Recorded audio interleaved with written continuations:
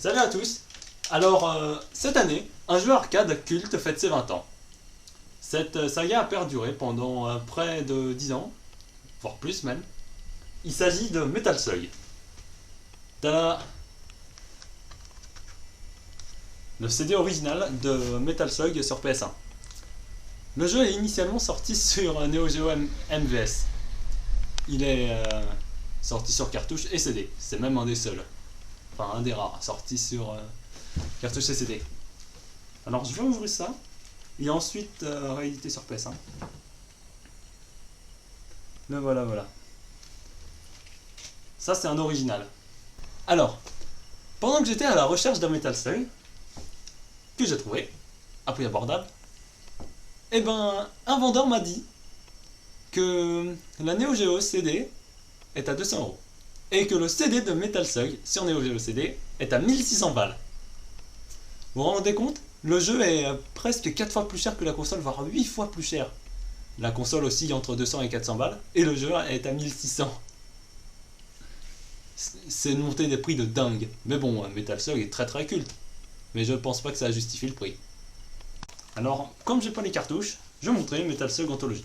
Alors, concernant Metal Slug Anthology, c'est comme avoir toutes les cartouches en un seul CD. Enfin, en un seul DVD. Ce jeu, Metal Slug Anthology, est aussi sorti sur Wii. Que j'avais. Et qui est immaniable. J'ai joué avec un copain, mais franchement, c'est très très chiant sur la Wii. Alors, sur PS2, ça va.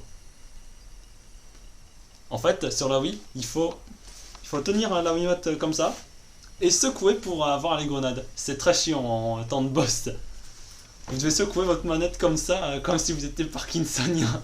Bon alors, comme on approche du 20e anniversaire de Metal Slug, attendez-vous à avoir une montée des prix mais vertigineuse. De ouf quoi. Ça l'a fait pour beaucoup de jeux. Comme pour Castlevania sur Mega Drive. Alors, petite parenthèse sur Castlevania sur Mega Drive, on le trouvait pas avant, et maintenant on le trouve pas non plus, mais enfin, on le trouve très peu à 400 €. C'est cool, hein?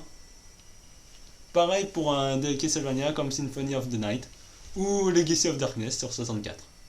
Voilà, petite parenthèse fermée. Donc, comme on approche des 20 ans de Metal Slug, celui-ci va être super cher dans les magasins ou sur des sites comme eBay ou Le Bon Coin.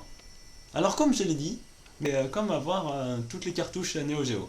D'ailleurs, il faut faire attention avec les cartouches Neo Geo, parce que il y a des jeux comme Metal Slug et Metal Slug 2 qui se vendent à prix d'or. Mais en fait, c'est pas des vraies cartouches, c'est ce qu'on appelle des cartes mode.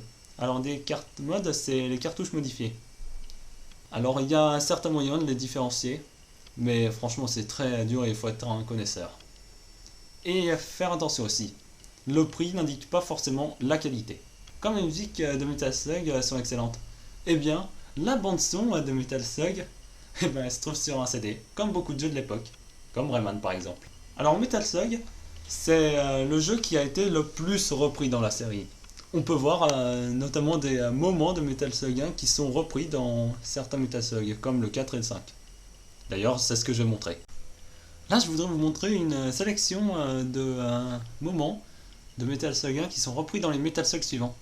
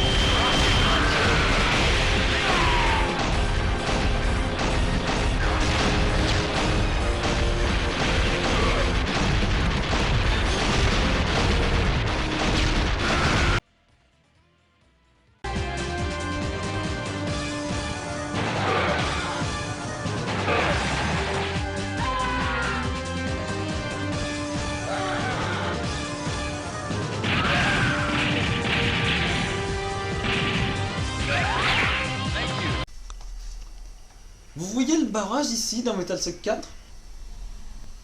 Eh ben c'était déjà dans Metal Slug 1. Alors j'aimerais dire un truc avant la conclusion. J'ai fini tous les Metal Slug, quel que soit le support. Alors j'ai connu Metal Slug par Main, ouais, avec de l'ému. C'est grâce à Main que j'ai connu Metal Slug.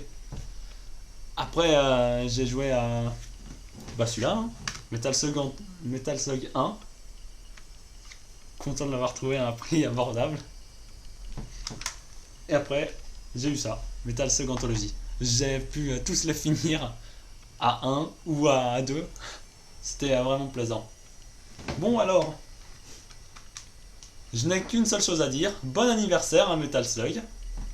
Et surtout pour les joueurs, ou les futurs acheteurs, eh bien, méfiez-vous des prix, de la montée des prix, et surtout des cartes mode.